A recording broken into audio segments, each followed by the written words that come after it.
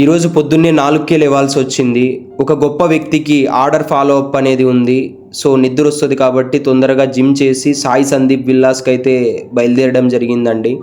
నా కష్టాన్ని, నా ఆశయాన్ని గుర్తించిన దేవుడు Puttaparthi HDFC bank manager sir గారు, నీరజ్ సార్ గారు అండి. సార్ యాక్చువల్గా స్టార్టింగ్లో చిన్న ఆర్డర్ ఇచ్చారండి. నేను చాలాసార్లు వెళ్ళి ఫాలో అప్ చేశాను.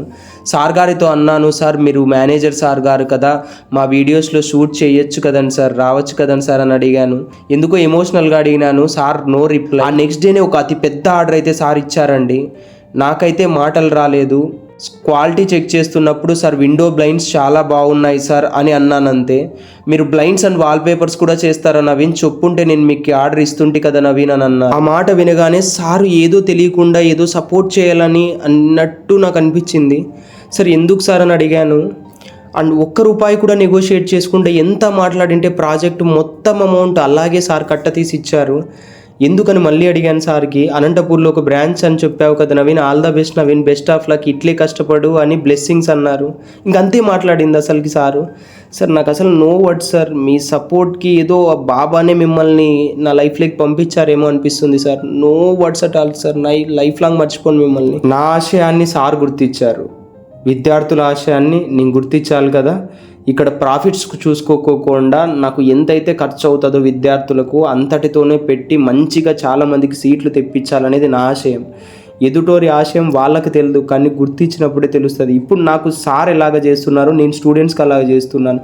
అతి తక్కువ ధరతో ఎక్కువ సీట్లు తెప్పించాలదే నా మెయిన్ ఫోకస్. చాలామంది దూరం. ఏ స్కూల్? మోడల్ స్కూల్ అన్న. ఏం పేరు? నిత్యశ్రీ.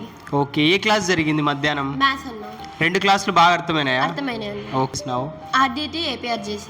చిన్న ఏ స్కూల్ నుండి వస్తున్నావు? కేశాపురం హై స్కూల్ అన్న. కేశాపురం. ఏం పేరు? చరణ్ కుమార్ యాదవ్. శరణ్ కుమార్ యాదవ్. ఏది అప్లై చేసినావు? మా పాల్ సిటీ ఏపీఆర్ చేసి ఆర్డిటి అన్న. అన్నిటి దానికోసం వస్తున్నావు. అవును. బాగా అర్థమైనా పొద్దున్నే జరిగిన క్లాస్? మా నీ పేరు? పావని అన్న. ఏ స్కూల్ నువ్వు? Model school. మోడల్ స్కూల్ నుండి వస్తున్నావు. ఏం క్లాస్ జరిగింది పొద్దున? ఫిజిక్స్ క్లాస్ అన్న. బాగా అర్థమైందా? ఓకే. ఏ స్కూల్ చిన్న?